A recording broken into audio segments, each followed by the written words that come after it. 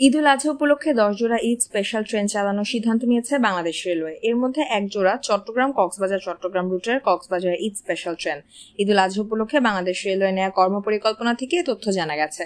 কর্মপরিকল্পনায় বলা হয়, ঈদুল আজহায় চাঁদপুর ঈদ স্পেশাল 1, 2, 3 ও 4, দেওয়ানগঞ্জ ঈদ স্পেশাল 5 ও 6, ময়মনসিংহ ঈদ স্পেশাল 7 ও 8, কক্সবাজার ঈদ স্পেশাল 8 ও 9, 12 জুন থেকে ঈদের আগের দিন পর্যন্ত এবং ঈদের পরে মিলিয়ে মোট 14 দিন চলাচল করবে।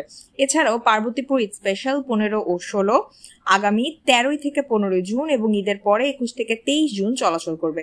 অন্যদিকে শোলাকিয়া ঈদ স্পেশাল 11 ও 12, শোলাকিয়া ঈদ স্পেশাল 13 ও 14, গোরে শহীদ ঈদ স্পেশাল 17 ও 18, গোরে শহীদ ঈদ স্পেশাল 19 ও 20 শুধুমাত্র ঈদের দিন চলাচল করবে।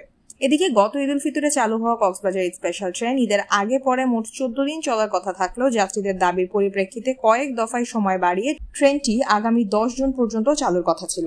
কিন্তু যান্ত্রিক বিভাগ থেকে ইঞ্জিন ও লোকো মাস্টারের সংকটের কথা জানিয়ে ওই ট্রেন চলাচল 30 মে থেকে বাতিল হয়েছে। বিষয়টি নিয়ে ওই পথে যাত্রীদের মধ্যে ক্ষোভের সঞ্চার হয়েছে।